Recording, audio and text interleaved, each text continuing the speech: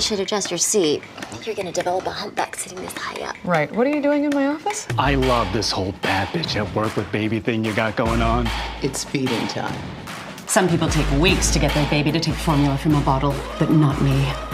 I'm the baby whisperer. A male birth control pill. It's called Seedless. It's the first of its kind, and I think it's going to change the world. Should we take it for a test drive? Just try to go with it, okay? Just close your eyes. So bloated. Baby, I'm bloated every time we have sex, every single time.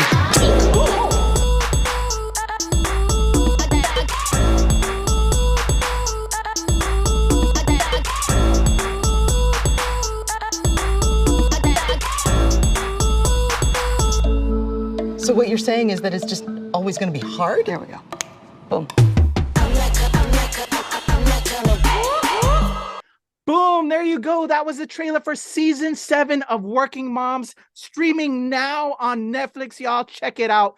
It's your boy Kuya P. This is Nerds Rule the World. And as you see on the screen, I'm super excited. One of the amazing actors of Working Moms, I have Rosie Phillips herself, Nikki Duval. How are you, ma'am? I'm great. How are you? I am excited. It's truly a joy to celebrate this season finale with you. Now streaming on Netflix. How has this journey been?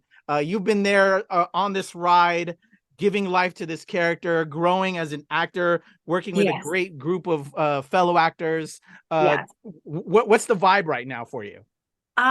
So grateful. I think both. I'm so grateful and I'm so sad that it's coming to an end, but so proud of the work we got to do. And we had such a great run, 7 years, that doesn't happen for a lot of shows. That's amazing. And we end on a high note. It's the best season yet. So I'm feeling, very grateful, but also a little sentimental. It's been almost a decade of my life and saying goodbye to that character and goodbye to everybody I get to see year after year. I can imagine it's bittersweet. I can imagine it's very bittersweet, Yes. All the vibes. So take me back to the beginning. I see when I was looking at some of your information, you started in like 2015, if I'm not mistaken. Yeah. Jumping off into film. Oh my God. When this project came your way, can you recall like talking to your agent, management, auditioning for the role? What was that like, and what was Rosie kind of like described to you, and then what you brought to that role when you finally were on set and for 7 years, this character? Well, fun fact, I auditioned originally for one of the leads. So Frankie, the role of Frankie, who was played by Juno Rinaldi. So when they always audition the leads first. So it was a brand new show. As soon as I read the scripts, I was like, hilarious and very important material. I need to be in it. I need this to be mine. Sent in tapes. I believe I had, and then I had a call back in the city in Toronto and met Catherine. And when I was in the room with her, I fell in love with her. She was so playful, so kind. And we just like improvised a bunch through the scene. And I've never had an audition for film or TV like that before. So I was like, okay, even more so, I need to be a part of this project. This is so exciting. And then I think they flew us all out to LA because Catherine was pregnant and couldn't fly. So that was also exciting for chemistry reads. And that's where I met Danny, I met Juno, and a bunch of other amazing powerhouse women that we were all there trying out for these 4 parts or 3 parts. And then didn't get it, but that's okay. That's the way it goes. And then I think a week or 2 later, they called my agent up and were like, we want her to read for this character, Rosie. I put it on tape and then they cast me. I think, Catherine did tell me later on, she was like, I just wanted to find a part for you because she enjoyed what I did. But I think she was just described as like office assistant, like very generic. And I just went with it. And she definitely suited my comedy more than Frankie. My hit is very like awkward, needy, quirky girl, you know. I love that. So I just brought that to the part and had fun with it. And because I had known Catherine's vibe and her playfulness, I think I also just like took liberties of like improvising throughout it. And yeah, and then booked that. And it was so exciting. It was also like kind of the start of my career, my professional film and TV career. I was fresh out of theater school. I wasn't really in that world yet. I think I had booked 2 things before that. So that really, like, that is the journey, like throughout this series is the journey of my career and how I've changed as an actor. And then also alongside like my character growing. So it's really cool. No, I feel that. That's what brought me to in front of you right now. I'm an actor as well, filmmaker. You know, you dabble in all things because I think we all know as creatives, there's more losses than wins, and you got to adapt to the culture. And so, it's just part of it, you know. I love that. Yeah. So you booked it. They kept you in mind. We want you, and you're doing Rosie 7 seasons now. And you're learning all along the way. Like you said, this has kind of encapsulated your career. What would you say you've learned for my actor friends? Because I get a lot of people that watch this because all the connections I've now built by, you know, jumping from in front of the camera to doing this. What are some pro tips you have for actors and what you learned big lessons along the way? You know, I was just such a newbie, little scared. Like I had never been really on a set. I've been on a set maybe twice. You know, I studied in theater. It's such a different thing. So I was confident in like being able to make offers, being big, you know, making big choices. But I think what I struggled with mostly is making too big of choices. The theater kid in me was like, so like really reeling it in and trying to be more grounded within the comedy was something that I had to learn. I still to this day will get notes being like, okay, just smaller, Nikki. And I'm like, oh yeah, sure. No, it's fine. But hey, at least I go for it. And then throughout just experience really helps define all the technicality of it all, you know, the difference between the shots you're doing, a wide versus a close-up, and memorizing your blocking and knowing that you need to keep certain things consistent, and then you can play in other ways. And being on that set in particular, because improvisation was a big part of it, I think that freed me up and allowed me to just be more playful on set. Everything doesn't need to stick to the script, although we do that. But you just like learn your moments when you can take your moments and add something in, or always make different offers on every take, I would say. Yeah, I don't know. You just learn as you go. And I guess my one thing a little tidbit of advice I would give is just make strong offers. Don't be afraid. You book the part, you're meant to be there. I was very like shy at first. And I think if I had gone in and I was like, I deserve to be here, you know, like I got this part for a reason, just remember that and make big offers and be okay to fail. Because you're always going to fail. And that's part of it. And you're only going to get to the good if you do some shit first. You know, you're not going to go out there and be like that 100%. Like it's exploring, it's collaborative, and it's okay to fail in front of people. And you're going to fail in front of 100 crew members, you know, so just get used to it. Completely agree. We got to go out for it. Definitely. Yes. I completely agree with all of that. All right. So this cast, and I'm sure you've learned along the way with this amazing cast. For you, how did they bring you in? Can you give us some memories of 7 seasons of working with this group of performers and what you've learned along the way, and some highlights there? Oh my gosh. Specifics. I mean, the worlds are so different. So unfortunately, I don't get to work with a lot of the cast on the show because it's like, you know, workplaces or the friend's life, or, you know what I mean? So mostly I got to work with Catherine Reitman, Kevin Vidal, and Peter Kelligan. They truly became my little work family year after year. I mean, Kevin Vidal and me are like work wives, you know. We're always, all of us are just always trying to make each other laugh and have a good time. And even, we get the work done, but we're always cracking each other up between takes. It's important to keep that vibe going on set in a comedy, not goofing off too much where we can't get the shots, but it just keeps things on their toes, and it keeps the tempo up, and it keeps the energy up. And I think that's always really fun and important. I don't know. A few scenes I can recall that me and Catherine got super close was, I think, I don't even know what season 5 maybe, where she was like taking selfies of her butthole. I can say it. And so I got right up in there, had to get the phone up in there. We got really close that season. But that was fun and funny and weird and awkward. And what else? Oh, and then there's one where I got fired from, I think it back in season 3, where I got fired and I had to cry for, one scene. It's like 4 hours. So I had to cry the whole time for 4 hours, and had Peter, just like, who plays Richard, just yell at me and me just being like, okay, I got one more take in me, keep going. So that was definitely memorable. One of my favorite scenes was me getting fired. I love it. Yeah. All right, everybody, again, reminder, check out Nikki Duval as Rosie Phillips on season 7 of Working Moms, streaming right now on Netflix. I want to make sure I get the plugs in. Plug. Working Mom, season 7, Netflix.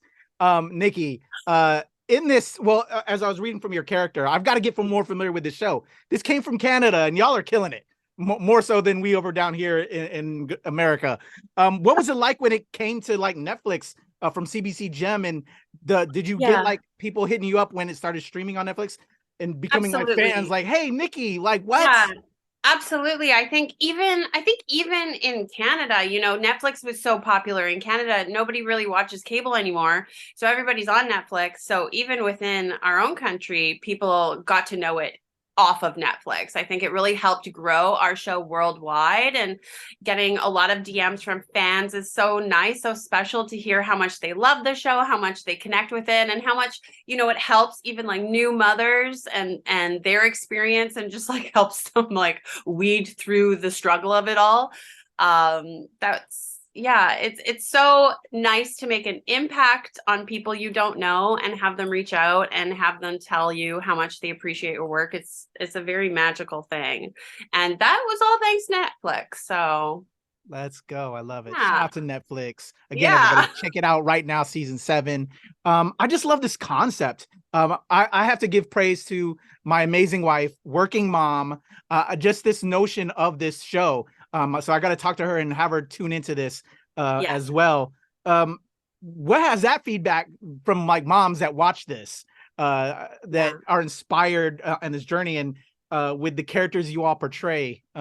You already spoke a little bit about that, but do you recall like a fan letter or anything that you've heard about, the fans really feeling this?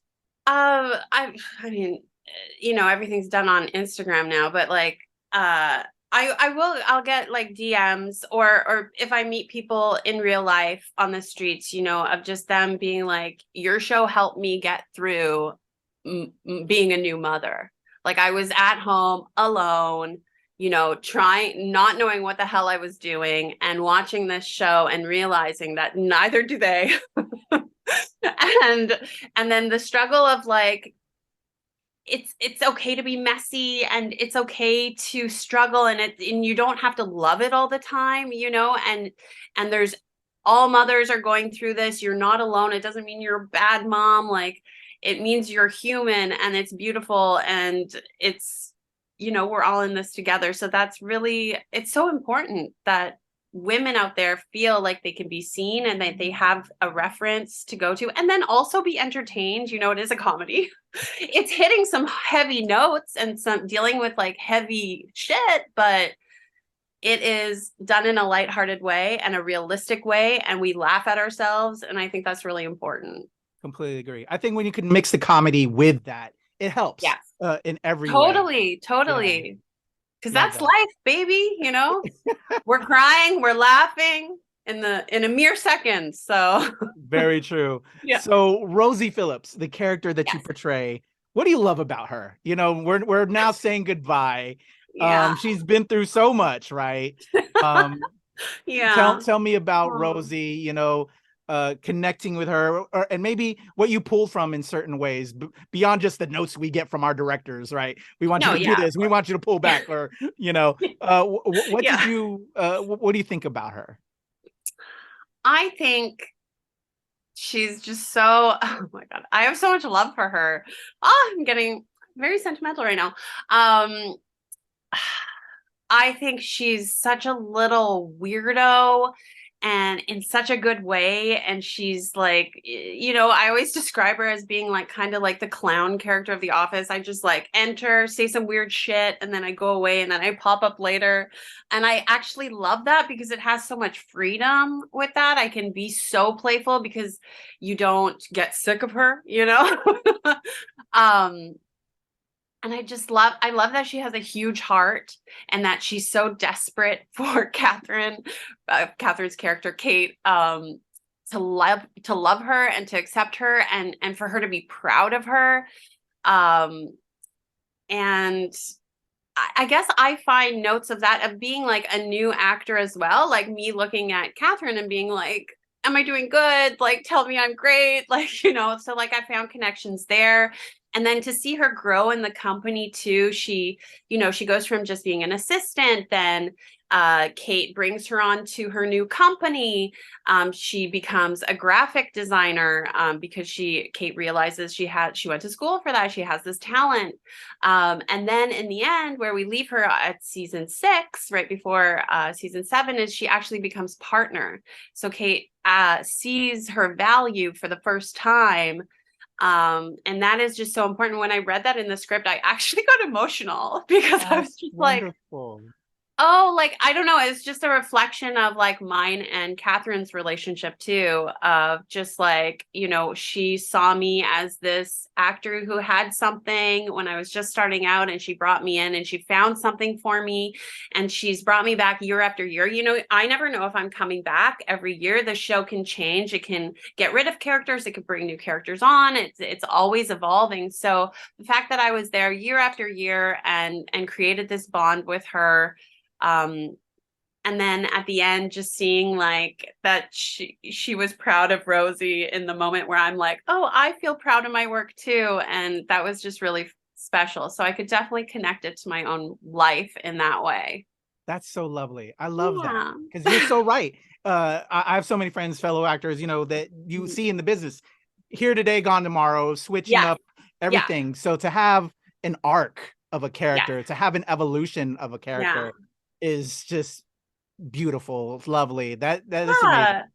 Congrats. Yeah, you don't get that opportunity all the time. And even shows itself can last 1 or 2 seasons and then you never see them again, you know? So this was a special project. Yes. Congrats. Thank you. Everybody, again, Working Moms is airing right now on Netflix, the final season. Check it out. Check out the homie Nikki Duval as Rosie Phillips. So as we say goodbye to Working Moms, what's next for Nikki Duval? Are you I'm sure there's probably projects you can't talk about, you know, and I don't want to get you in trouble with anything like that. But like, what do you want to do? What do you want to challenge yourself as an actor? Or do you want to get behind the camera? What are some things that you are interested that we can put out into the universe right now? You know, I'm always wanting to push myself further as an artist. I always want to try new things. I think I've done a lot of comedy, and I love comedy, and I'm good at it. I know that I definitely have a comedic voice. But I'm really inspired. I don't know if you've watched Swarm.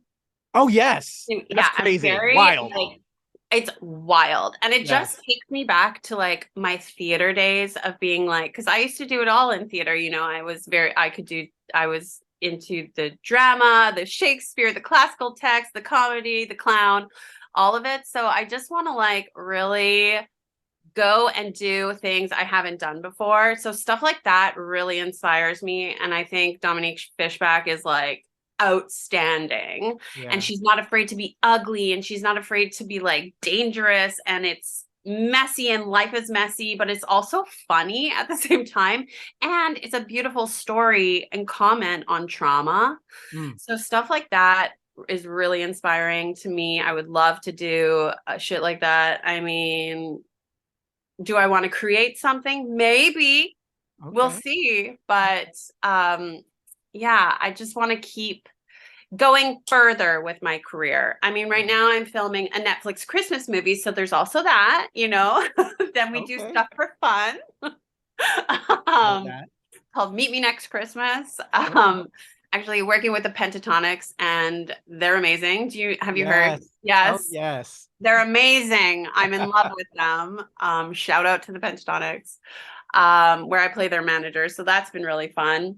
Love it. But yeah, I feel like an artist's career can never end, and you just have to keep going and try new things and not be afraid to limit yourself, you know, and people will want to put you in a box in this industry, and you need to push yourself out of it. Yes. And keep trying to show them what you got. Completely agree. You got to challenge yourself and challenge others. Don't let them label you and box you in. You got to keep pushing. Go ahead, Nikki. Nikki dropping knowledge today. I love it.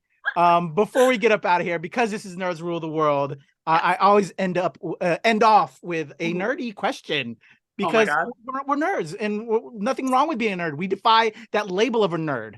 No, it's good. If you were to give a TED Talk, Nikki, on a particular subject that you're very passionate about, very nerdy about, what do you think it would be? What do you think you would like to do if you were given a chance to talk on something, anything?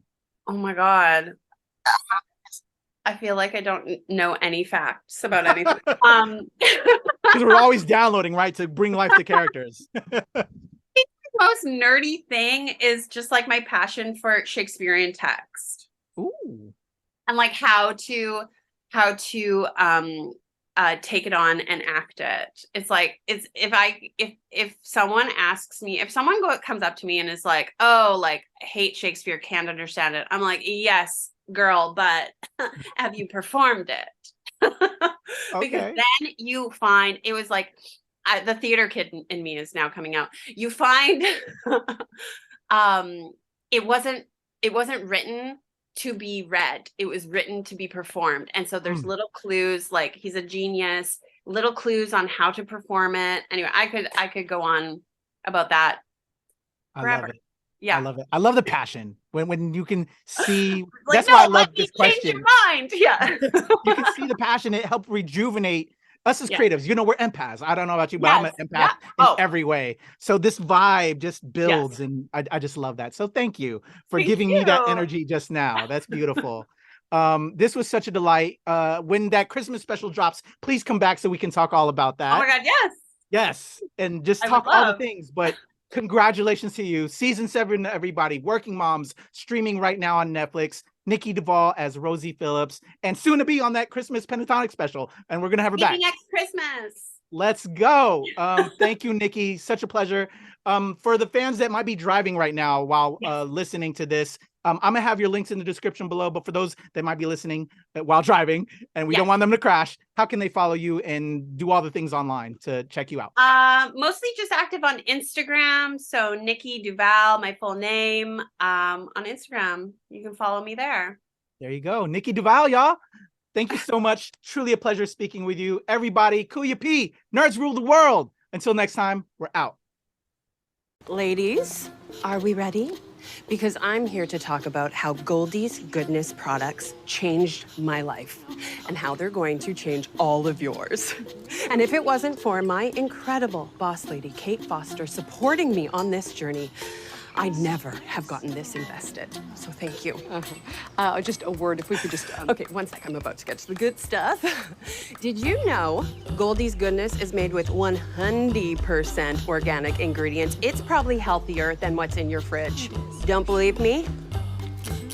Oh, okay, let's just hit the pause button for 1 sec. I do need to talk. Okay, who wants a taste? Oh, me. God. Oh, you're really doubling down on this. Oh, that tastes like Christmas. Okay, we're dropping Goldie's as a client. What? I'm sorry. Look, I know how much you love and believe in them, but they are stealing from innocent people, mostly women, if I'm being honest. Ladies, you do not want to be involved with this company, okay? Oh my God. Gosh. Ladies, it couldn't be more simple. Okay, when you sign up to be a Goldie's Goodness ambassador, you'll receive a monthly supply of their entire line, which you then sell to your friends and family, and then they sell to... It's a pyramid. Oh, wait, hold on. It's okay. Honest mistake. Ladies, we're going to wrap this up. Thank you so much for your time. Yeah, it's okay. It's okay. It's how we learn, right? It's been a blast.